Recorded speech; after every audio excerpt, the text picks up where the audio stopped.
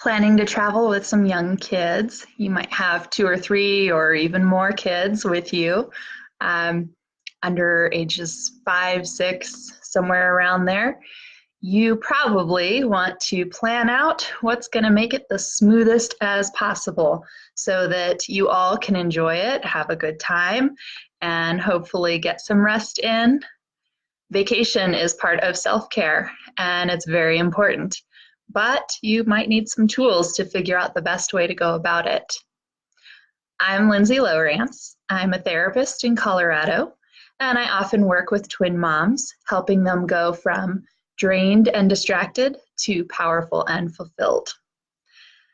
Thank you for joining me today. We're going to talk about the how-tos of traveling with multiple young children, what to think about when you have twins involved, especially twins under 2. There's more logistics to figure out with airplane travel or long car rides. So we'll talk about both types of travel, and we'll bring in some questions from moms that have come up, and any of your questions that you might have as well. And try and make this something that is enjoyable and something that your whole family can have a good time with and not go crazy. So thanks again for joining me. I am a mom of 3 young kids. I have an almost 5-year-old and 1-year-old twins. They're 14 months now, and we are avid travelers. So we do love to tour around different places, try new exciting things, and we like to go international as well.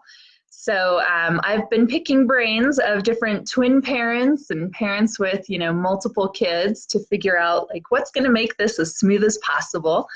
We have traveled with our singleton, so our first kid, several times, throughout the United States, plane travel, car rides, but we've also traveled with him internationally to a couple of places like Canada and Belize, and a couple places not too far away. We haven't gone on any really big long trips with kiddos just yet, and we're actually planning on having one coming up. And so I'm putting together all this information because with summer coming right around the corner, it's useful for all of us to think about, what are our plans and how can we make this happen when there are multiple kids involved. Honestly, learning to travel with one kid for me and my partner, we had a learning curve. You had to kind of figure out what's going to work best and how to customize your travel to meet your kids' needs. You still need nap times, you need breaks every 2 to 3 hours for snacks or for food, or just to let them have some freedom to wiggle and move their bodies so they're not just stuck in a seat for very long. So those kind of things we've had to work out, and we feel like we became pros at that. We're experts at traveling with one kid, and now with 3 kids it's a whole different ball game. So let's talk about what is that like to travel with different kids, having a bigger family. I've talked with a mom of 7 kids. She adopted 5 of them, and so they've got a beautiful family, and they've traveled, with their kids and without their kids, several times internationally, and she gave me some great tips too. And so we'll talk about the different parenting hacks to help you make your journey and your vacation the best that it can be, and to keep you from just staying at home and feeling like it's not possible or it's too much hassle. Because really, it's not. It's completely doable to get out there and enjoy the world and go have an adventure and connect as a family. There's so many benefits to it. This week, I've been talking about self-care and the wonderful small things and big things that you can do for yourself to feel like the best you. And, I think vacation and traveling, for some of us, that is self-care. That is bonding and reconnecting, and it's the excitement of the adventure and exploring something new. It can be relaxing too, you know, if you get to hang out in a wonderful, beautiful place and rest and read and, you know, enjoy the beach, those kind of things. So let's not put it off, right? You don't want life to all be on hold until your kids are older and you think that it's going to be easier to manage. Really, this is life. So let's just have at it. Let's go do it. Traveling with twins, though, when you talk about having two kiddos that might be lap infants in a plane, you definitely have some logistics to figure out, and it helps to know some of the policies of the airlines and things like that, because the more that you can plan ahead and you know what to expect, it doesn't catch you off guard. So you're not quite as stressed in the moment, fumbling and trying to figure it all out, right? We don't want that. That's not going to be a relaxing vacation. So let's talk about some different expectations, you know, and figure out what is realistic, what's a little bit fantasy, and what is completely, you know, oblivious, right? So we want to have that realistic feel for what's it going to be like taking my kids on vacation. And one of the things that this mom of 7 shared with me, she's incredible, and she had this great piece of advice, this wonderful nugget of information that I hadn't even considered after traveling with my son several times. But it comes up, you know, this piece about the difference between a trip and a vacation. So she was saying that a trip is like daily life, just in a different location. So you're still fully responsible for raising your kids, feeding your kids, getting everybody, you know, to nap, to sleep, to get along.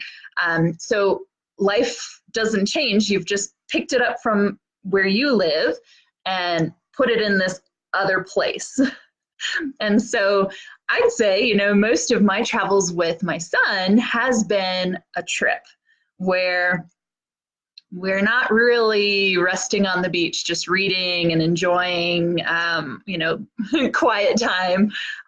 We have to entertain our kid. We have to, you know, meet his needs. We have to go with the flow about, you know, tantrums and different things like that. And figure it out. And so if your expectations are, all right, we're not going to have help on this, we're still parenting, we're still doing all these things while we're away in this wonderful location, that's okay. There's nothing wrong with that. It's just a frame of mind. That's the reality of like, all right, we're on a trip. So we're doing these adventures together. We're still doing all the parenting stuff, the nitty gritty.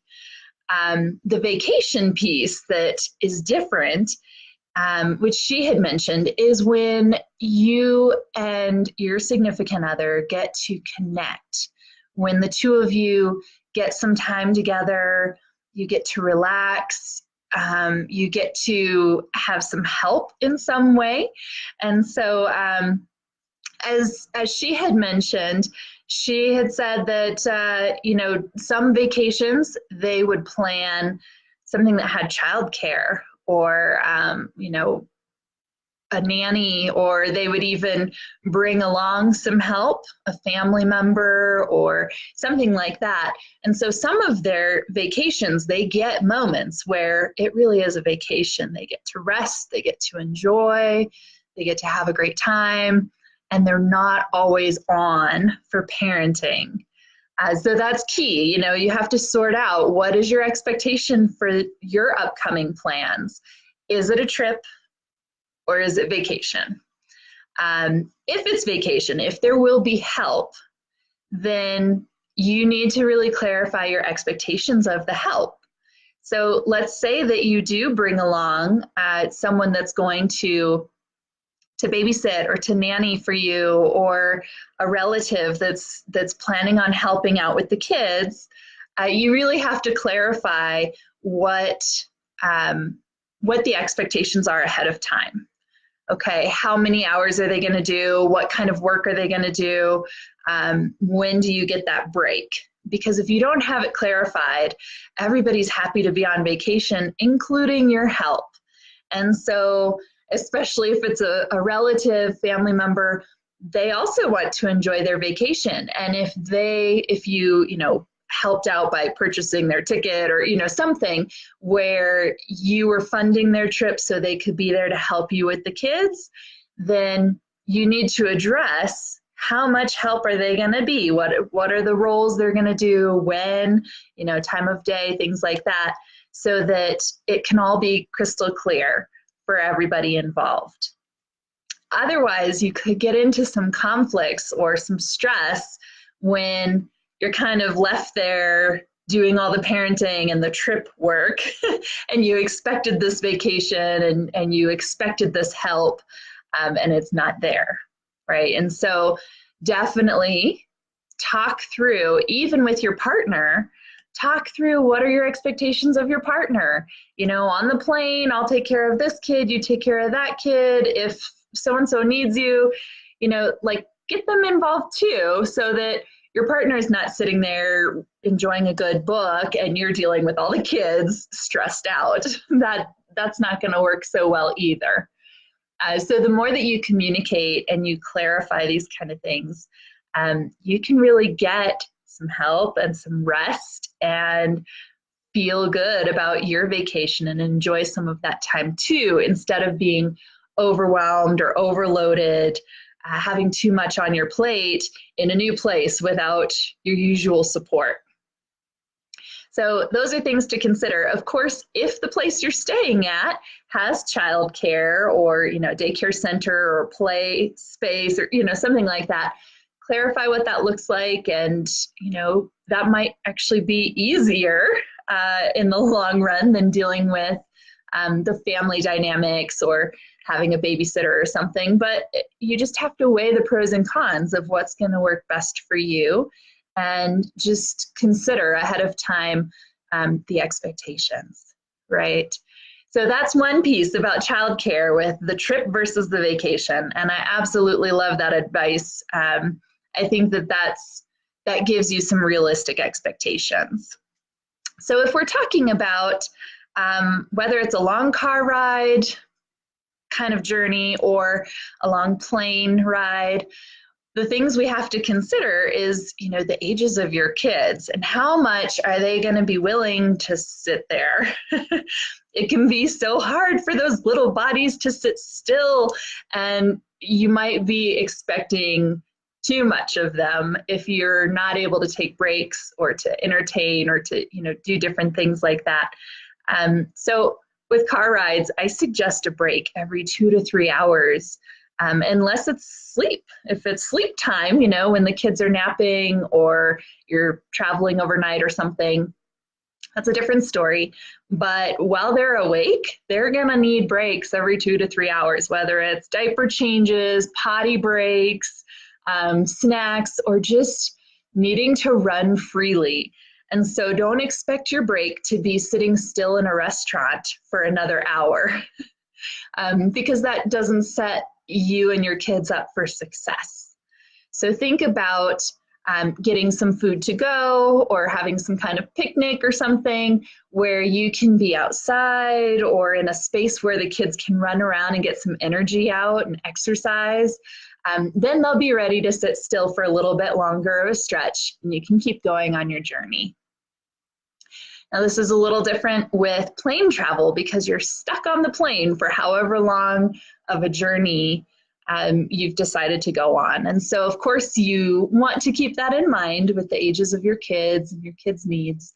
But sometimes you don't have a lot of choice in the matter. So just an upcoming trip that we're considering is going to be like a 5 or 6 hour flight. And this is after, another flight to get somewhere and have a layover. But we were planning with layovers, like, all right, we're going to take a break. We're going to move our bodies. We're going to eat and rest and, have a real break from the travel. Maybe even split it up so that it's not all in one day, or that, we have a really good chunk of time in between. And then on the plane, definitely always have snacks, something to eat and drink. Those are huge for kids of all ages. You don't want them to get hangry. And, for drinks and stuff, that helps with their ears, which takeoff and landing can be kind of tough on the ears. Your ears get plugged, and kids, especially little kids, aren't always the best at figuring out how to unplug them. And so having something to suck on. So for little kids, if they have a pacifier or a bottle or sippy cup, those things can be helpful. Older kids, preschool age, school age, you can give them a sucker or gum or something age appropriate, obviously, and even just a water bottle. Things like that can really help. But you do want to give them opportunities to be entertained while you're on a flight. And they're going to get so bored sitting in the same seat for so long. And so keep in mind, if you can get up and move around with them, try and do some of that so that they have some different scenery, different things to check out, or they can move their bodies. Things like that are extremely useful to keep in mind. And bring newer toys or something that they're not tired of yet. So if it's something that they have already played with and kind of worn out and exhausted it, they're not going to be too entertained with it anymore. And so that toy is going to be a flop on your trip. I like to get a couple of new activities or new toys. It doesn't have to be expensive. It could be, from the $1 section or from a consignment store or something, but something new that they haven't really interacted with and played with yet, because that'll keep their attention span longer. And sometimes you can get creative. When you're talking about babies, they're entertained by water bottles that crinkle, an empty water bottle, or shake a can of something or a packet of something. So really the snacks have entertained my kids for hours. Packet of tissue that crinkles and crunches, anything that makes noise, anything that they can do something with, and you don't have to pack all this extra stuff, because it's kind of hard to plan out how much stuff you need to have with you for this vacation. And if you are already managing, let's say 3 or more kids, plus all your stuff, you really want to take kind of the bare minimum as far as the gear and the toys. So think through, what's going to be useful. A lot of times, wherever you're going, you can rent kids stuff and have it ready for you. Or if you're staying in a hotel, you can ask them for cribs or pack and plays. So different things like that, where you don't have to take near as much travel gear with you. And so that can be really useful. Also, back to the plane, when you're traveling with 2 lap infants, it saves money, which is great. It's wonderful that airlines will let you have a baby on your lap and not have to pay for that extra seat or the extra ticket. But again, think about the logistics of what's going on. If you're on a longer trip, you might want that spare seat or 2 spare seats so that you can kind of play musical chairs with the babies. Like, yes, they'll still be with you or your partner some of the times, but they might want their own space to play sometimes, or you might want to lay them down and let them rest for a little bit. So if you can, if it's in the budget, great, that makes things easier. If not, that's okay. You can make travel work with your budget. But you do need to consider, so 2 lap infants aren't allowed to sit in the same row. Why is that, you say? Well, actually, as far as like oxygen masks and stuff, in case of an emergency, they only have 4 oxygen masks for 3 seats. So every 3 seats, they've got 1 extra mask. That's why you can have a baby on your lap, because everybody's going to need a mask. But you can't have both babies on your lap. There might be something too about them wanting to have an adult per baby. I'm not totally sure, so that's worth looking into. But typically, the idea is you can sit across the aisle from each other, or one of you can sit in the row in front or behind. I think there's benefits to both, and there's drawbacks to both. And so it's worth kind of testing out and seeing what feels more comfortable for you. It's nice for me when we're sitting across the row from each other, we can interact more, we can, talk and see what's going on with the other babies. We can reach over and, help babies come across, but it's actually harder with the aisle to swap babies or, send them back and forth versus having someone right in front of you. You can just reach over, you can help, in different ways. And I usually recommend baby wearing, especially on the plane. It just makes everything so much easier with less gear. And if you're bringing a carry-on, you're bringing a baby, you've got maybe a toddler or preschooler or something with you. It's just a lot to manage. So it's nice to just have one strapped onto you, maybe one strapped onto your partner. And it's one less thing, and you've got free hands to deal with the bags, to deal with your other little ones. And so, keep that in mind. It's convenient for going through security or just getting on the plane. We do also push, a double stroller through the airport because either our kids can sit in it or our gear can sit in it, and we can, gate check it at the plane. And so we usually like to keep the babies or the gear or something rolling in the stroller until the last minute. But then we wear the babies onto the plane so we can get in through the skinny little rows into our seats and get settled. And so there's obviously a lot of different ways that you can do it. Different families have found different tricks to make it work. If you're concerned about your babies crying on the plane or upsetting some of the other passengers, then I have heard of a lot of parents bringing little goodie bags for the people that sit around them with, earplugs and candy and a note about, the baby or thanks for being patient or something. I don't think you have to. I've traveled several times without buying anybody any kind of goodie bags or planning any of that. I feel like it just kind of adds one extra thing to your to-do list when you might already be stressed trying to make sure you are bringing everything you need and, you're managing all the kids at once. And so you don't have to. It's okay if you don't. That doesn't mean that people are going to give you dirty looks. Some might. Typically, the families sit in the back of the plane, though, and so you'll be around other people that have kids if you choose to sit, kind of in more the family section.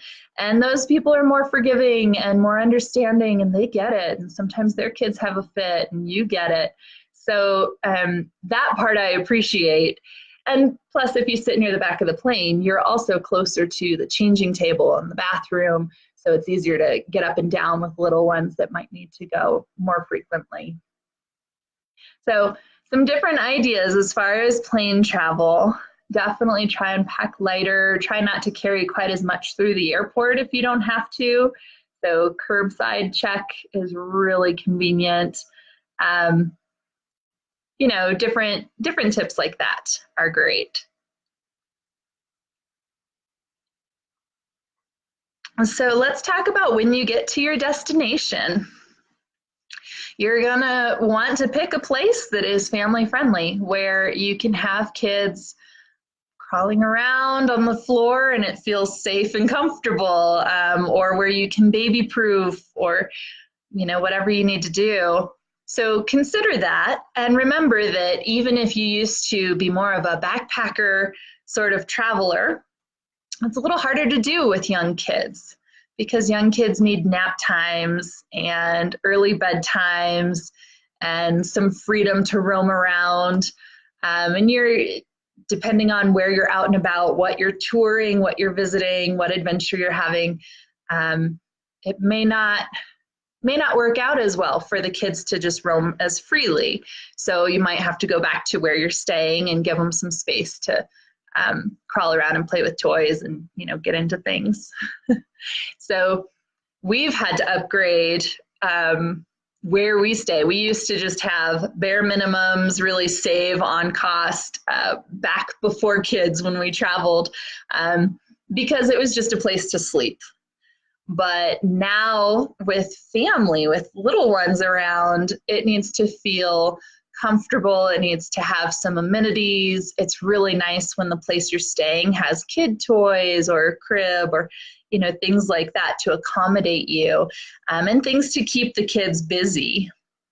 So think about, if it's important for you to be able to take your kids to a pool or to have a playground nearby or something, those are the sort of things you start to consider traveling as a family. And also the noise at night.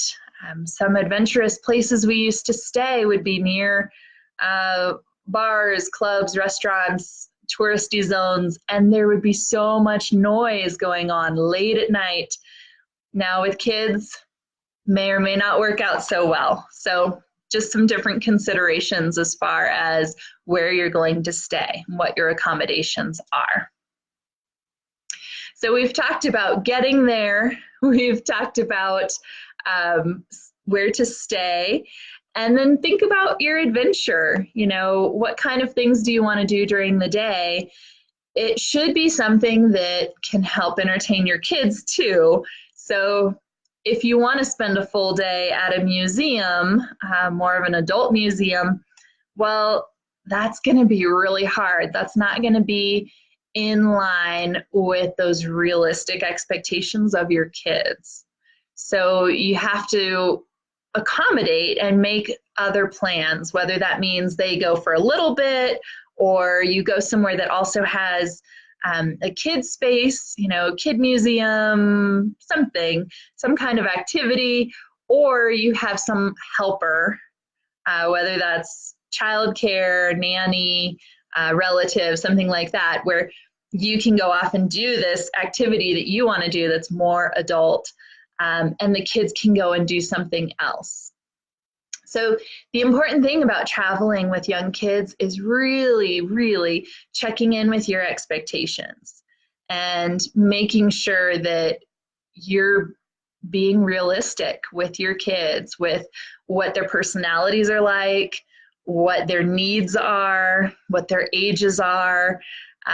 Kids can't sit still for that long, and they don't want boring grown-up stuff all day long. So sometimes that means you're planning more kid activities, but that doesn't mean you can't enjoy it. Or you make them go along with some adult activities, that's fine too, but keep the amount of time more in check and in tune with what they can actually handle. So for instance, I would say in Seattle, this is one of the trips that we took the kids on, we went to the Space Needle. Now, that's mostly like an adult thing, but the kids enjoyed looking out at the view. They enjoyed, the rotating room where the floor spins around. So it was kid-friendly enough that we could stay there for a while and we all had something to enjoy. And that's just one example where you don't have to do everything kid-focused. You don't have to just go to all the fun kid zones. You don't have to go to Disneyland, things like that. You can if you want to, but it's okay to find a balance. It's okay to have them tag along with some of your stuff or to find help where they don't have to.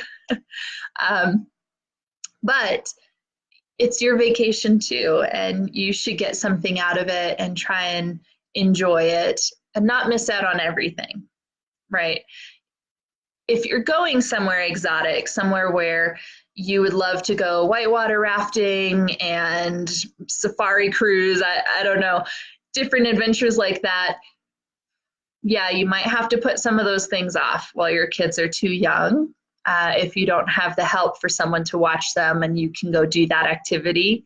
So some of those extreme sports, sort of adventures, you either have to decide like, well, this can wait a few years until the kids are older and can join us with it, or I'm going to do this and we'll figure out childcare or someone to stay with the kids to do something else, right? So it's either or. But ultimately, for you to have the best time with your vacation and to really enjoy your family, to enjoy your adventure, check in with your expectations and plan and prepare where you can to make things a little more smooth. Also, I like to add in the extra element of flexibility. I feel like you can't have everything planned and plotted and know exactly what to expect. Young kids often throw a monkey wrench in those plans anyway, even day-to-day life at home. You can't get out the door at the same exact time every day because something's bound to come up, right? And so plan for the flexibility, especially with vacation. Like, all right, what if the kids really don't like this? Let's say you're introducing your kids to a beach, to sand for the first time, or the ocean, something like that. You know, not every kid likes it. Some kids really don't like the texture of the sand. Some kids are scared of the ocean. And so having a backup plan, having some flexibility of like, all right, where we're staying is also going to have a pool. Maybe they like the pool, right? So if plan A doesn't work, we have a plan B, and we're just going to go with the flow and see how it goes. If everyone's having a great time, let's do more of that. It's okay to skip out on some other plans, but just be prepared with that kind of in your back pocket. That can really help keep your sanity and help you have a great time, because you're not expecting everything to go exactly as planned, X, Y, and Z. You already have kind of mentally prepared for that flexibility.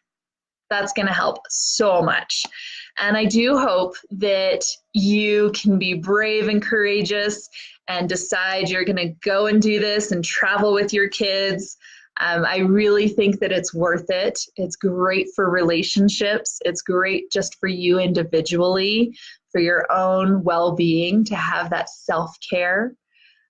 It's great for you and your partner to have a new experience to bond over, to connect, to be a team outside of the normal day-to-day life. And it's also great to be with your kids for these new experiences.